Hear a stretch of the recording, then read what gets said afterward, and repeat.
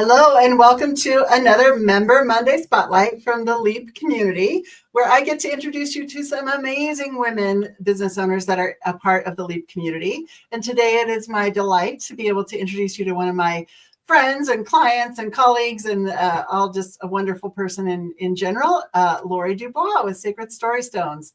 So happy that you're here and that you're part of the LEAP community, Lori. So I want to let our listeners, our viewers know what it is that you do, because I love your story, and kind of tell us how that came about.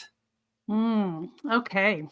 First of all, thanks for having me. It's so fun to be here, and I'm so glad to be part of the LEAP community now. So I'm very excited.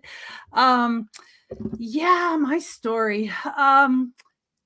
I'll try and make this as condensed as possible, but number one, I'm all about story. I've been in marketing for, I don't know, over 40 years. And I think storytelling is such an important part of connecting as humans. And it's what we do.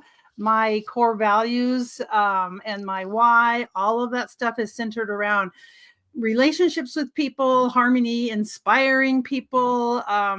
For anyone who's familiar with Simon Sinek, and he talks about start with why. And I saw an interview one time where somebody asked him, Simon, can you have more than one why? And he didn't even, hesitate. And he said no. And I thought, wow, that's pretty tough. You can only have one why. And it's like, if you only had one why, what would that be? And mine is to inspire people. So it's like, just get people excited. And that came through my marketing career and all of the different various things that I've done. Over time, I got a little bit burned out with marketing. I had just done it for so long, and the pandemic changed so many things, right? Yes. For so many businesses. But I have always made jewelry as a hobby. It's something that I always have liked to do. And I wish I could tell you it was some systematic, step-by-step way of what else could I do, or what could I do that would still inspire people, but it would feed my creativity and kind of check all those boxes that we're trying to do. Because if we're an entrepreneur, we're supposed to be doing something so that we can create a lifestyle we want, right? That's that's what they tell you. That's the point of doing this. So, I got this idea. I had made a few beaded rosaries for family members.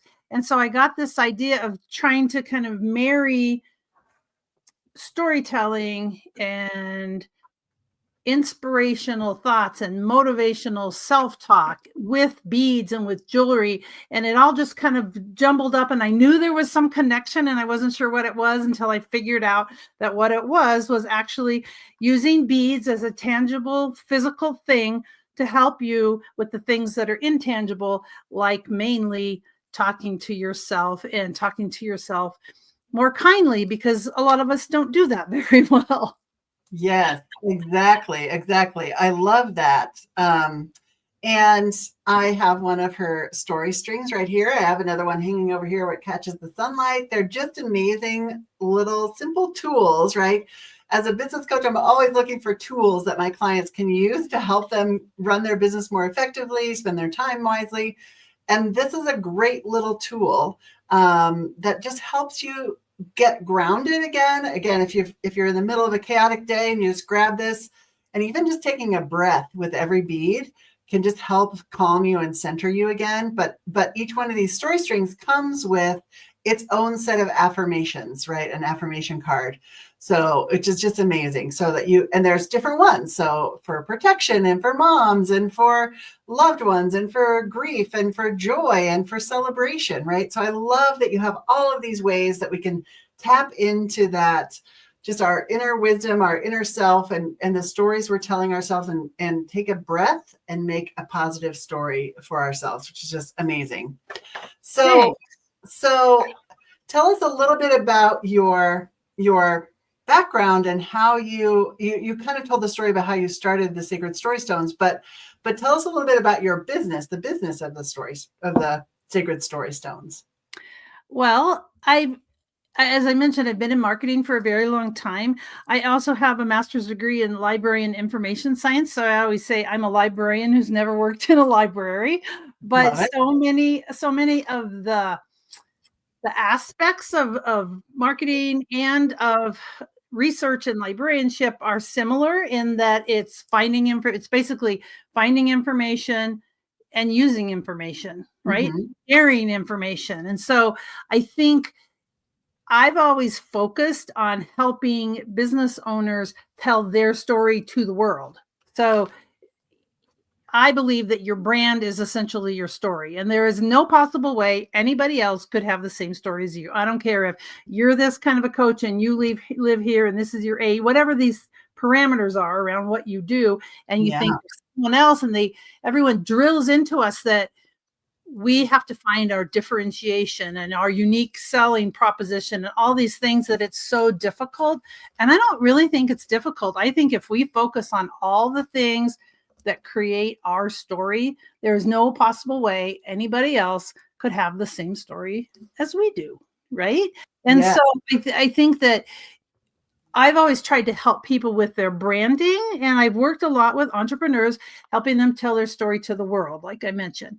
But Yeah. this new business is more making and this business just started last year. So making Yeah. the transition into the storytelling and the communicating, instead of telling your story to the world, it's telling your story to yourself. Because I look at it like, when we're selling, and everyone who's an entrepreneur is selling something, Yeah. right? That's how we make Uh-huh. money. That's how we're in business, wanting to help people, but selling something. And I think sometimes the toughest sale is to ourselves.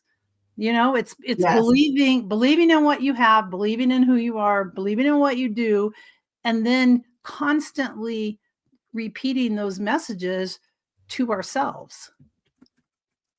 I'm just putting that in the chat because that is a brilliant statement, Lori. Is the toughest sale we have sometimes is to our own selves, right? So we have to be confident when we show up in our sales calls, in networking events, right? And if we don't have that confidence in ourselves, nobody else, it's going to reflect in how we show Yeah. up. How are Nobody's you going to going to buy. sell it? It's Right, going to be a right. lot harder to buy from us, right? Yeah. So, Well, um, and sorry. I've heard in like from sales coaches and in sales training and stuff, you have to believe in what you sell, which is what you're saying too. How are you going to sell it to somebody else if you don't yeah, believe in it? But I think it's a little bit tweaked. It's just not believing in what you sell, it's believing in yourself, and that yeah, your ability to do that, because you're not going to be, all of us with our own business or whether we work for another business, we've already bought in, right? We already yes, drank the Kool-Aid. We already believe in the thing. It's just, do we believe in our ability to be able to communicate our passion to somebody else so that they can actually see the value of it and not get so pushy as to just have a blanket statement of, my thing is wonderful, you need to buy it. But here's the yes. story. And some people don't believe the story behind it is important. I believe the story behind it is like everything. Yes, I love that. I love that. And I love your passion for telling people stories. That really does come through in everything that you do, right? And so having the ability to make these tools for us to be able to connect with our inner story and help shift our inner story is such a powerful thing, right? So kind of explain all of the ways, all of the fun little things. So I held up my story string, right? Yeah, But I have a but few things here. but Um, talk about some of the products that you have. Sure. And one of the things I didn't realize until afterward, when I was thinking back on it in my story, because I thought, how did I just get this idea to do this particular thing? Because I mentioned that I make rosaries. Well, rosaries are a very prescribed, there's so many beads, they have a purpose, there's a prayer with each one. And so that is just, choosing which beads are beautiful and all of that kind of stuff. But I had remembered several years ago, 7 or 8 years ago, I had a surgery on my Achilles, and I had bought a mala. And if you don't know what a mala is, it's a beaded thing that's got 108 beads, and it's more traditionally used in like the Buddhist religion and some of the Eastern religions. And you can use it for meditating with a mantra or whatever. I bought a mala just because I thought it was very pretty, and I used to just have it around, and I after I had this surgery, it was so much worse than I had anticipated. And it probably wasn't that bad, but it was just, the healing time and the pain and the not being able to walk on my foot, all these things. So I started sleeping with this mala under my pillow at night. And I didn't tell him, I didn't tell my husband, I didn't tell anyone because I thought this is so stupid, right? But it's like I would wake up in the middle of the night and I was so anxious and I thought, God, I'm never going to feel better. I'm never going to heal. And so I took my mala out and I would take the beads and I started doing like the I am statements that I've always heard, so it's like, I am whole, I am healing, I am unbroken. And I would just do those until I fell asleep. And I found that it really did kind of ground me and calm me down. So I think having that in my subconscious helped me to think, how can I carry that through? So one day I just thought, okay, 18 is a good number because, multiples of 9, which is in a mala. And so I found beads that stand for things. And if anyone's into crystals, like rose quartz, stands for love. And there's all these different crystals. Everything I use is semi-precious stones. So it's like from the earth. So I have a bead at the beginning to ground yourself, because I thought that's always a good place to start. And then each string has 18 beads. And so I made 18 affirmations that go with them. And I started by just making a couple. So I had self-love. It's like, what do most people need? Self-love, calm, balance, right? Yes. And then I just started getting feedback from other people, and you're one of them. It's like, we should have one for celebration. Yes. So I made one for celebration. And someone else told me they worked with college athletes, and they're like, you really need one for resilience, because these kids are like, nice. They're doing college sports, they're doing college, they're doing away from home, all these things, and they're really mentally tough, but they need some support. So I did resilience. So that just kind of started the ball rolling, because I think every day of what do I need every day? And every day it's different, right? Yeah. You might need focus, you might need healing, it could be all different kind of things. So that's kind of the evolution of how I started doing it. And I didn't intend to make jewelry. I intended to make something that was very specifically not jewelry, because I feel like there's so much jewelry available already, but so many people asked for bracelets that I've also made most of the story strings into bracelets, because then it's a way, like this one is abundance. So there's a way you can just actually see it, more frequently.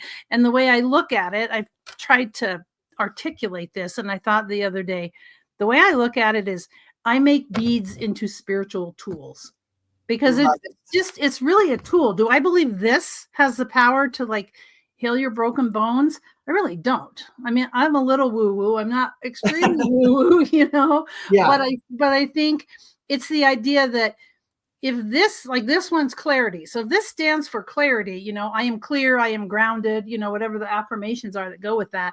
My intention is that when you see that, you hang it from your car mirror, in your office, on your purse, wear it on your arm, whatever, that when you see it, that it reminds you, oh yeah, quit going down that rabbit hole of being so negative. Because a lot of the strings, one of the affirmations that's repeated over a lot of them is, I am enough. And I think if you boil it all down, that's really what it's about. So I keep telling ourselves, because they always say, a belief is just a thought. Esther Hicks says this, a belief is just a thought you keep thinking. So it's kind of like, if you tell yourself enough times, that you will believe it. Yes, exactly. And those patterns, we know those neural pathways get formed in our brains, right? They're set to repeat on negative things to protect us over and over and over. Those thoughts are running through our heads. Those pathways are deeply ingrained. But the more we can see these positive things on a recurring basis, and having a little tool to help us do that, it does help create those new neural pathways in our brain that tend to be more positive, right? So all of the tools, I love that. So please, you'll see Lori's website scrolling across the bottom, and her email. Please connect with Lori. Go check out all of the amazing things. She has wonderful gift sets for kids. When you're driving your kids to school, they can have one on their backpack, and you can do a quick little affirmations with your kids, and they're super cute, super fun.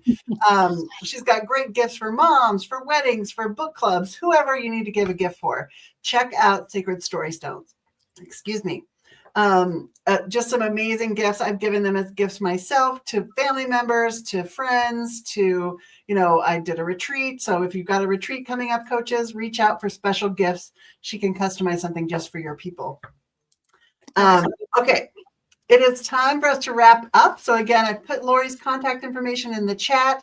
If you're watching us live, we'll also repost this later on the LEAP community pages.